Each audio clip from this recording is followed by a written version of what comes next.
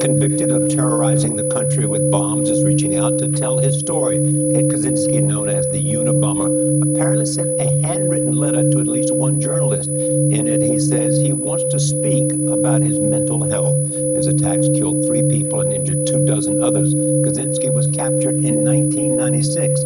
Anna Werner has been covering the Unabomber case for years. Anna, good morning. Good morning, Charlie. The letter addressed to New Yorker writer Lawrence Wright has likely been sent to several other journalists. In it, Ted Kaczynski attacks his brother, who helped authorities end the bombing spree. Kaczynski once again stands by his belief that he is not crazy. In a handwritten letter, Ted Kaczynski, otherwise known as the Unabomber, writes, "I am ready to speak to someone from the media regarding my brother's recent comments and how they are being used to torment me." Kaczynski listed his preconditions for granting an interview, including, "Tell me who you are, why I should trust you, and affirm that you understand that I am not mentally ill."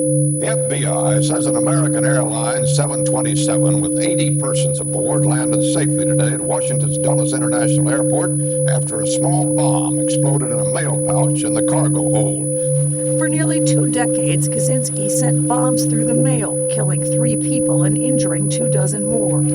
He was captured in April 1996 and sentenced to 4 life terms. In the letter, Kaczynski refers to his brother David, who helped investigators identify him as the Unabomber. David has penned a new book detailing his brother's struggle with mental illness. In 2005, he spoke to CBS News Sunday Morning about why he tipped off law enforcement.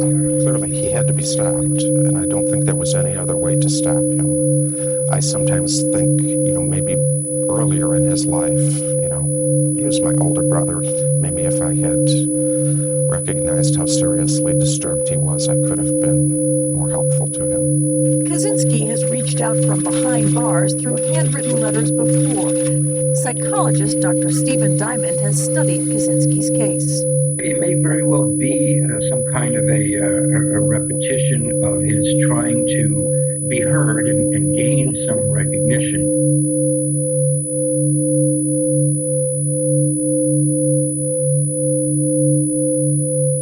In your dreams, literally in your dreams and in your thinking, it sounds as you really felt protective of David for many, many years, yes? Yeah.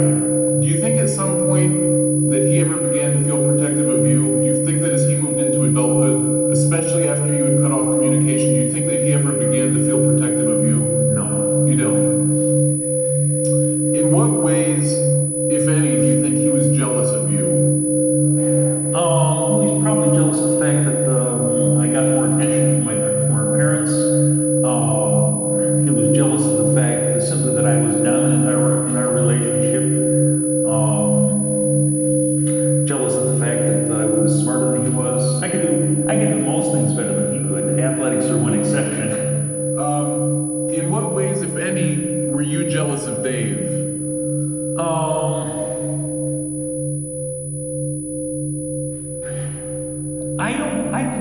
The only way I can think that I might have been somewhat jealous of him was that when he was in high school, he always had lots of friends. He was socially successful, and I wasn't. And I may have had some jealousy about that. Yeah. Though I don't clearly remember that. What do you regret most in retrospect about your relationship with David, about the way the relationship devolved, I guess? Well, I'd say basically that I didn't break off with him 20 years earlier. So you still feel that way? Yeah, I mean, I got a lot of satisfaction out of corresponding with him. I mean, it was a good relationship. It was in many respects, not all respects, but in many respects, a positive relationship from my point of view. Right. But I don't think it was from my brother's point of view. And in the end, it turned out to be disastrous from my point of view, as you can see. Right. What do you think would have changed in his life if you had broken off earlier? Well, I mean, let me put it this way. I think that his attempt his sense of rivalry with Big Brother, his attempt to equal Big Brother and to win Big Brother's approval with very limited success. I think all this was very hard on him. I think that his self-esteem would have been in much better shape if he hadn't had me to compete with and compare himself with. And I think he would have, and he always had an easy time making friends. He would have had close relationships with other people, so he didn't really need that relationship with me. Right. If the roles had been reversed, if you had suspected David of being the Unabomber, right? After all the years that you haven't been communicating very regularly, what would you have done? I would have kept it to myself. Is that what you feel he should have done? Yeah. And what was your reaction to that when you first hear that David is involved in turning you in? What does that feel like? Well, obviously I resented it. Here I was, a free man in the mountains, surrounded by forests and wild animals and so forth. And this made my life right, even if things were, for the time being, going badly. Here it's the other way around. I'm not depressed or downcast, and I have things to do that I consider productive, like working on getting this book out. And yet, the knowledge that I'm locked up here and likely to remain so for the rest of my life is, it ruins it. It's the undertone in this case is an extremely bad one, and I don't want to live long. I would rather get the death penalty than spend the rest of my life in prison. Federal agents have taken into custody a man they suspect as the Unabomber. This drama is unfolding outside the tiny town of Lincoln, Montana, and Tom Foreman is there. After 17 years of looking, today FBI agents think they may have finally had a look at the Unabomber. Late this afternoon, Ted Kaczynski was taken from his backwoods cabin, leaving folks in the nearby town of Lincoln stunned.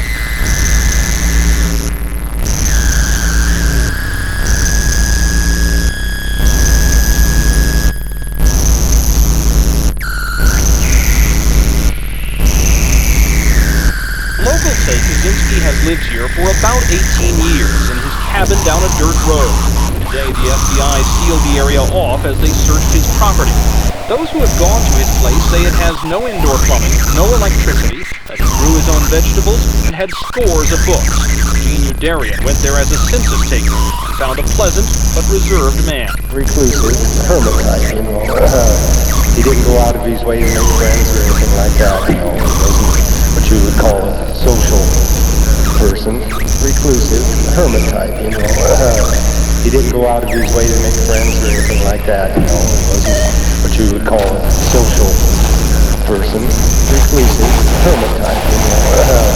He didn't go out of his way to make friends or anything like that, you know. He wasn't what you would call a social person.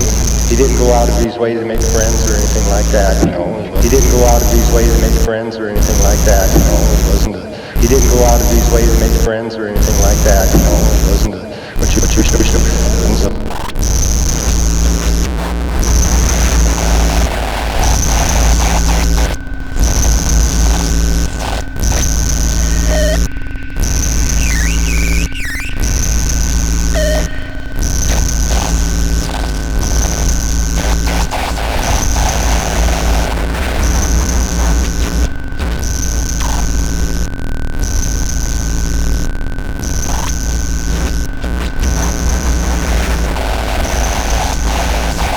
When he came to town, always alone, Kaczynski, who did not own a car, rode a bicycle.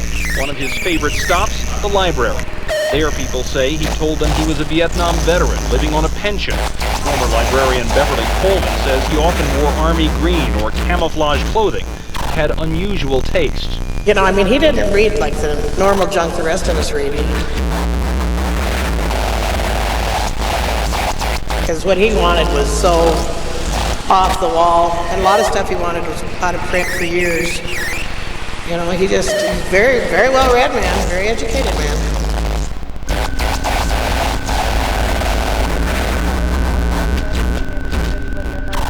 Never in trouble.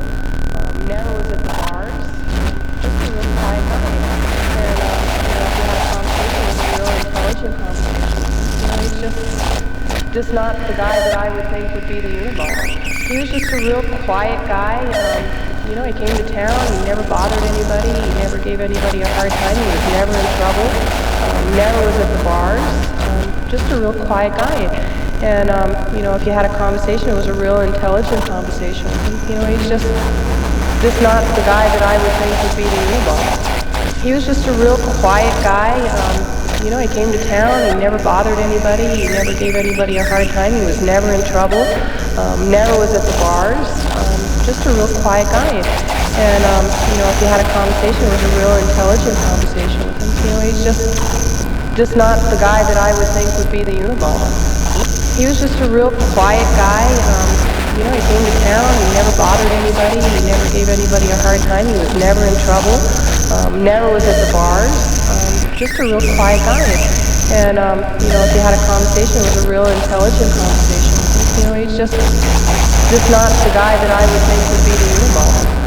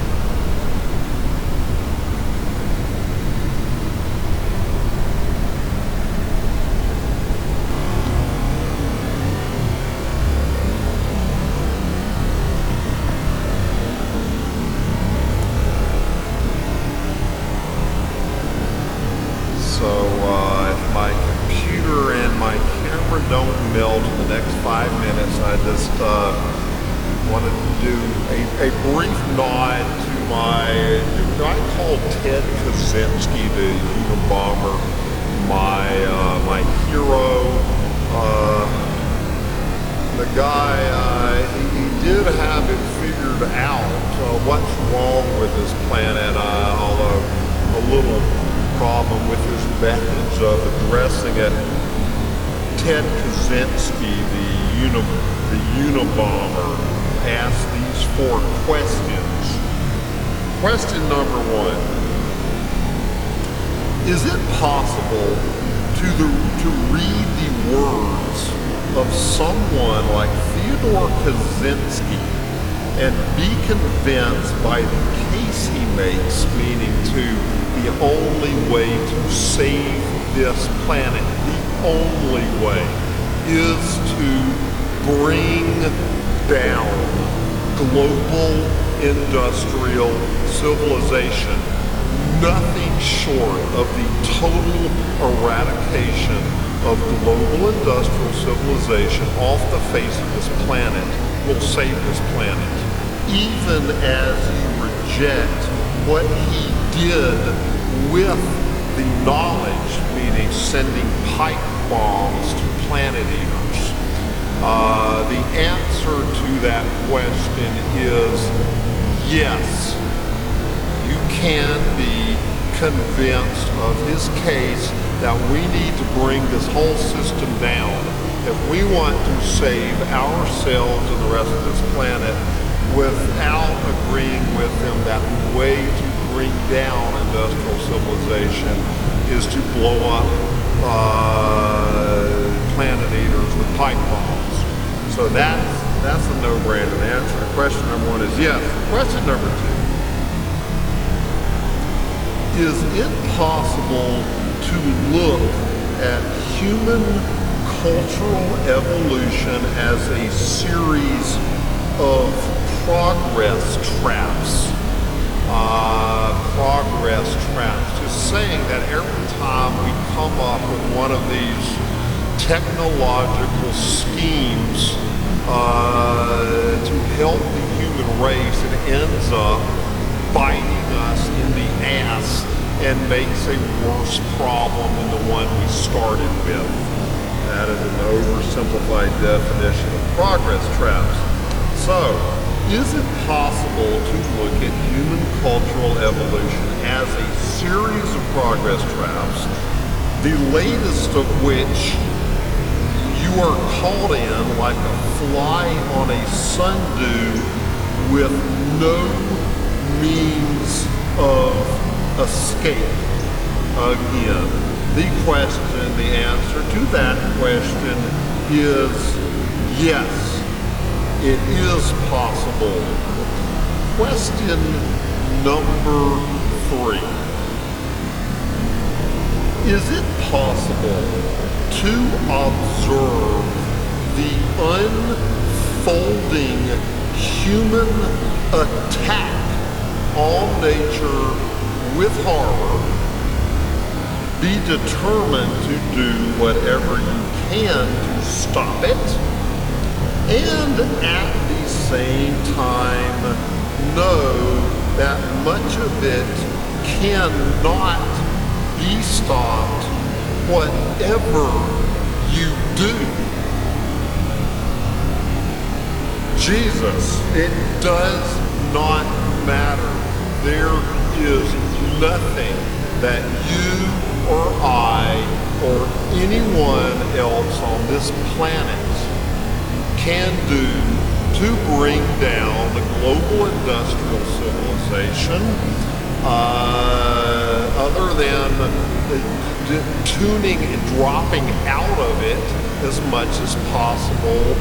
And if you're not ready to start sending pipe bombs, I say stop buying their products, such as this computer and this camera and this dollar pair of made in China glasses I'm wearing.